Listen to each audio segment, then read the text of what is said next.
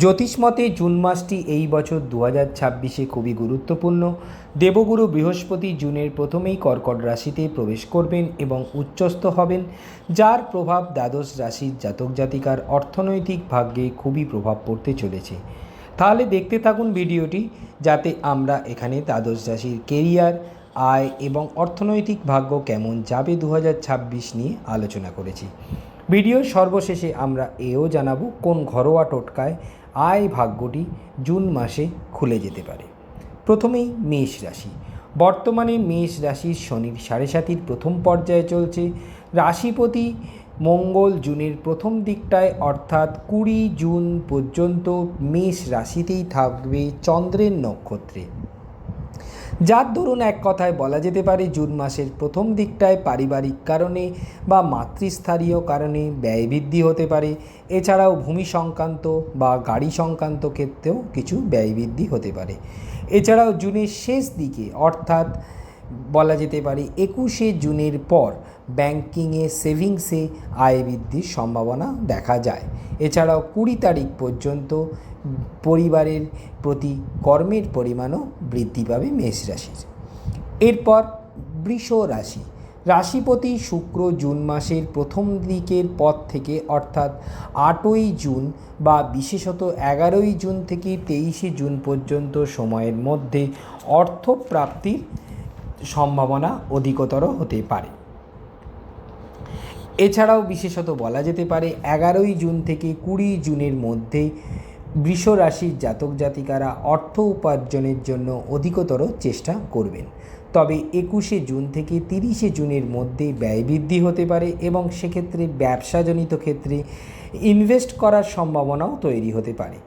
এছাড়াও 8ই জুন থেকে 11ই জুনের মধ্যে ব্যাংকিং, ফাইন্যান্স, শেয়ার মার্কেট, উত্তরাধিকার সূত্র হতেও আয়ের সম্ভাবনাও হতে পারে এবং এইরূপ আয় 23শে জুন পর্যন্ত বিশেষভাবে হতে পারার সম্ভাবনা দেখা যাচ্ছে।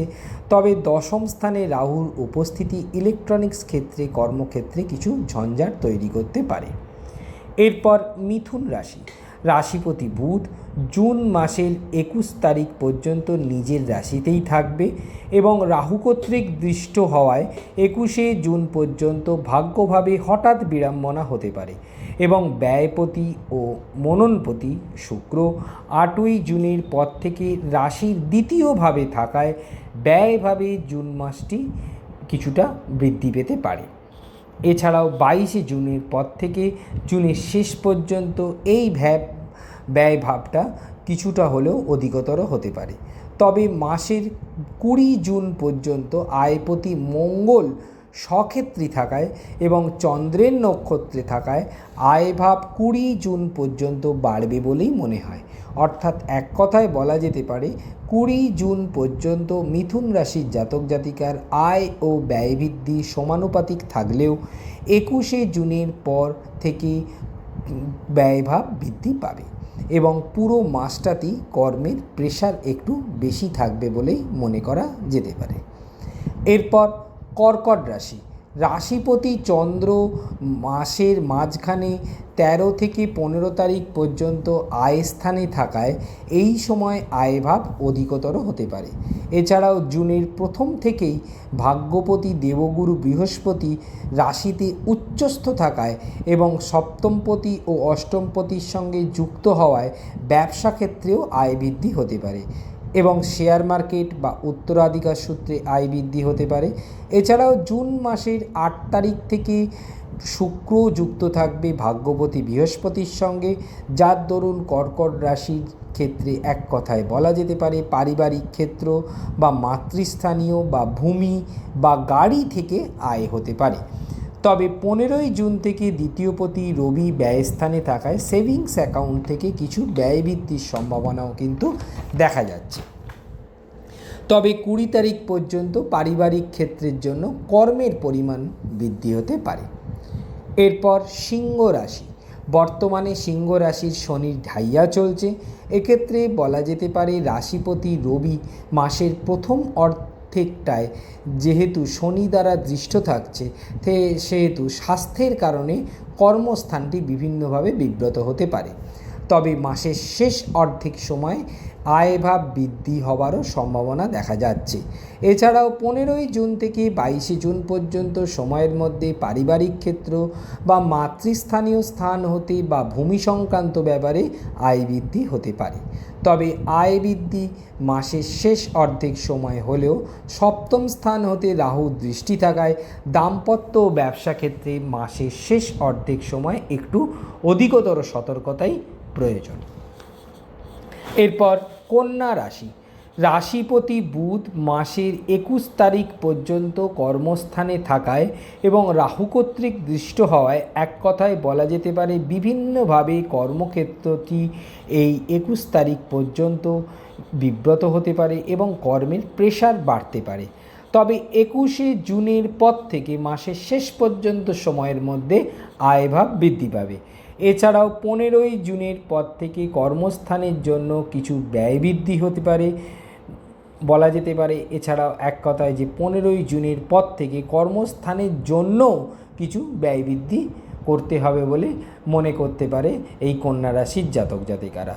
তবে এই কর্মক্ষেত্রে ব্যয় বৃদ্ধির ক্ষেত্রে কিন্তু কন্যা রাশির জাতক জাতিকাদের 15ই জুনের পর থেকে একটু অধিকতর সতর্ক হওয়াই প্রয়োজন। তবে ব্যবসা থেকে এই জুন মাসে আয় বৃদ্ধি হতে পারে, যেহেতু সপ্তমপতি বৃহস্পতি আয় স্থানে জুন মাসের প্রথম দিক থেকেই অবস্থান করবেন। এরপর তুলা রাশি। কর্মস্থানে বৃহস্পতি জুন মাসের প্রথম থেকেই উচ্চস্থ অবস্থায় থাকায় কর্মস্থানটি বিশেষভাবে শুভপ্রদ হতে চলেছে। তবে মাসের প্রথম অর্ধেক পর্যন্ত সময়ে আয় সংক্রান্ত ব্যাপারে মনের মধ্যে কিছু দ্বিধাদ্বন্দ্ব তৈরি হতে পারে।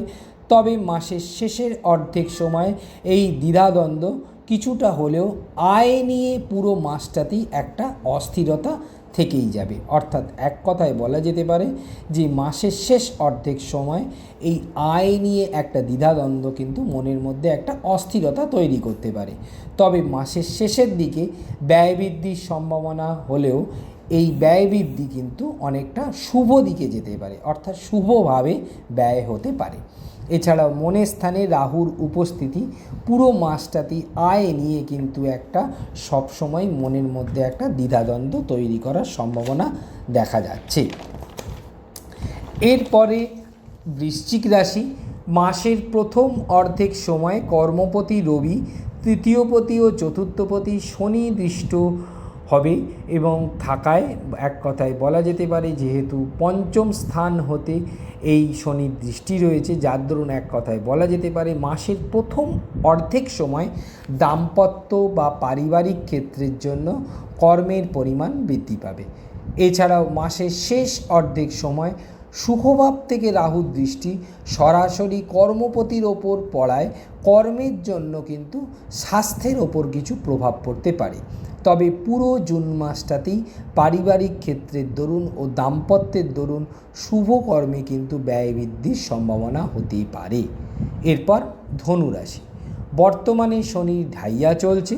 চতুর্থ স্থান হতে কর্মের দণ্ডনায়ক শনিদেব এই সময় সরাসরি দৃষ্টি দিচ্ছে রাশিতে এবং রাশিপতি বৃহস্পতি অষ্টম স্থান হতে শনিদেবের সঙ্গে সরাসরি জুন মাসের প্রথম থেকেই যুক্ত থাকবেন, যার দরুন এক কথায় বলা যেতে পারে পারিবারিক বা উত্তরাধিকার সূত্রে আয় বৃদ্ধির সম্ভাবনা দেখা যাচ্ছে এবং ব্যাংকিং, শেয়ার মার্কেট, লেজিটিমেট ইত্যাদি ক্ষেত্র হতেও আয় হতে পারে।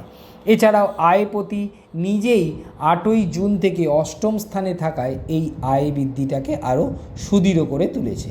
তবে 20 তারিখ পর্যন্ত বিভিন্ন ক্ষেত্রে ব্যয় হওয়ার জন্য মনে একটা অস্থিরতা তৈরি হবে, অর্থাৎ মন চাইবে ব্যয় করার জন্য এবং এই 21 তারিখ থেকে পারিবারিক ক্ষেত্রের জন্য কিছু ব্যয় বৃদ্ধি হতে পারে এবং সেই ব্যয়ভাব মনে হতেই পারে যে কিছু পরিমাণে পরিবারের জন্য একটু বেশি ব্যয় করতে হবে বলে মনে হতে পারে এই সময়।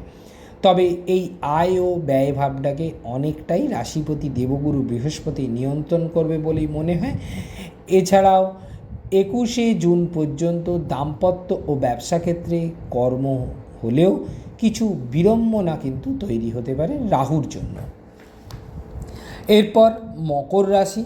দ্বিতীয় স্থানে রাহুর উপস্থিতি নিজের নক্ষত্রে থাকায় এবং রাশিপতির সঙ্গে ব্যয়পতি যুক্ত হওয়ায় দাম্পত্য ও ব্যবসা ক্ষেত্রে শুভভাবে ব্যয় বৃদ্ধির সম্ভাবনা দেখা যায়। তবে 21শে জুনের পর থেকে মাসের শেষ পর্যন্ত সময়ে পারিবারিক আয়ের জন্য কর্মে উদ্যোগ বৃদ্ধি পাওয়ার সম্ভাবনা দেখা যাচ্ছে। অর্থাৎ পারিবারিক ক্ষেত্রে আয় বৃদ্ধি করার জন্য কর্মে বেশি পরিমাণে উদ্যোগী হতে পারেন এই সময় মকর রাশির জাতক জাতিকারা। এছাড়াও পুরো মাসটাতেই দাম্পত্য এবং ব্যবসার জন্য কর্মের পরিমাণ বৃদ্ধি পাবে এবং ব্যয়ের পরিমাণও বৃদ্ধি পাবে। অর্থাৎ এক কথায় বলা যেতে পারে পুরো মাসটাতেই ব্যবসায়িক ও দাম্পত্যের জন্য কর্মে উদ্যোগী ভাব তৈরি হবে এবং যেই কর্মের উদ্যোগী ভাবের জন্য কিছুটা পরিমাণে মকর রাশির জাতক জাতিকারা ব্যয় বৃদ্ধিও করতে পারে। এরপর কুম্ভ রাশি, বর্তমানে শনির 7.5 অন্তিম পর্যায়ে চলছে এবং রাহু নিজের নক্ষত্রে অবস্থান করছে রাশিতে, যার দরুন বলা যেতে পারে রেগুলার ওয়ার্ক অর্থাৎ অফিস বা যে কাজ প্রতিদিন সিস্টেমেটিক্যালি করা হচ্ছে তাতে আয় বৃদ্ধি পাবে। এছাড়াও ভাগ্যপতি ও চতুর্থপতি ষষ্ঠ স্থানে থাকছে এবং আয়পতি উচ্চস্থ অবস্থায় থাকবে বলে এই রেগুলার ওয়ার্কের দরুন আয় বৃদ্ধি হতে পারে শনির 7.5 অন্তিম দশায়। এছাড়াও 20 জুন পর্যন্ত কর্মে বিভিন্নভাবে উদ্যোগী হওয়ার সম্ভাবনা দেখা যাচ্ছে। তবে 15ই জুনের পর থেকে মাসের শেষ পর্যন্ত সময়ের মধ্যে বিভিন্নভাবে ব্যবসা ও দাম্পত্যে উটকো ঝামেলা কিছু তৈরি হতে পারে। সর্বশেষে মীন রাশি, শনির 7.5 মধ্যবর্তী পর্যায়ে চলছে। আয়পতির সঙ্গে কর্মপতি বৃহস্পতি যুক্ত থাকায় কাজের দ্বারা অর্থ উপার্জনে অধিকতর অগ্রসর হবেন মীন রাশির জাতক জাতিকারা এই সময়। বৃহস্পতি সরাসরি রাশিতে শনির সঙ্গে যুক্ত থাকায় শনির 7.5 কষ্ট অনেকটা এই সময় কমবে বলে মনে করা যেতে পারে। তবে বিভিন্ন কারণে ব্যয় বৃদ্ধি হতে পারে এবং তা সে ভ্রমণের জন্যই হোক বা ইলেকট্রনিক্স জিনিসের ক্ষেত্রেই হোক। তবে ব্যাংকিং বা ফাইন্যান্স ক্ষেত্রটি 20 তারিখ পর্যন্ত ভালো থাকলেও 21 তারিখ থেকে কর্মের জন্য এই ফাইন্যান্সে কিছু ব্যয়ও হতে পারে। এবার আসা যাক প্রতিকার সম্পর্কে। মেষ রাশি, হনুমানজির পুজো ও লাল রং শুভ জুন মাসে। বৃষ রাশি, মা দুর্গার পুজো এবং সাদা রং শুভ জুন মাসে। মিথুন রাশি, গণেশের পুজো এবং সবুজ রং শুভ জুন মাসে। কর্কট রাশি, শিবের পুজো এবং সাদা রং শুভ জুন মাসে। সিংহ রাশি, সূর্যের পুজো এবং গোল্ডেন রং শুভ জুন মাসে। কন্যা রাশি, নৃসিংহদেবের পুজো এবং সবুজ রং শুভ জুন মাসে। তুলা রাশি, মহাদেবের পুজো ও অষ্টনাগ পুজো এবং রয়্যাল ব্লু শুভ জুন মাসে। বৃশ্চিক রাশি, মঙ্গলচণ্ডীর পুজো ও মেরুন রং শুভ জুন মাসে। ধনু রাশি, লক্ষ্মীনারায়ণ পুজো ও হলুদ রং শুভ জুন মাসে। মকর রাশি, কাল ভৈরবের পুজো ও কালো রং শুভ জুন মাসে। কুম্ভ রাশি, শনিদেবের পুজো ও নীল রং শুভ জুন মাসে। মীন রাশি, নারায়ণের মৎস্য অবতার পুজো ও স্যাফরন রং শুভ জুন মাসে। জ্যোতিষ সংক্রান্ত এরকম নিত্য নতুন তথ্য জানতে হলে আমাদের চ্যানেলটি অবশ্যই সাবস্ক্রাইব করুন। আর সর্বশেষে যে কথাটি আমরা আবার বলি, জ্যোতিষ সংক্রান্ত যে কোনো পরামর্শ সম্পূর্ণ বিনামূল্যে পেতে আমাদের হোয়াটসঅ্যাপ করতে পারেন 7003292110 এই নম্বরে। তাহলে আজ এ পর্যন্তই, ধন্যবাদ।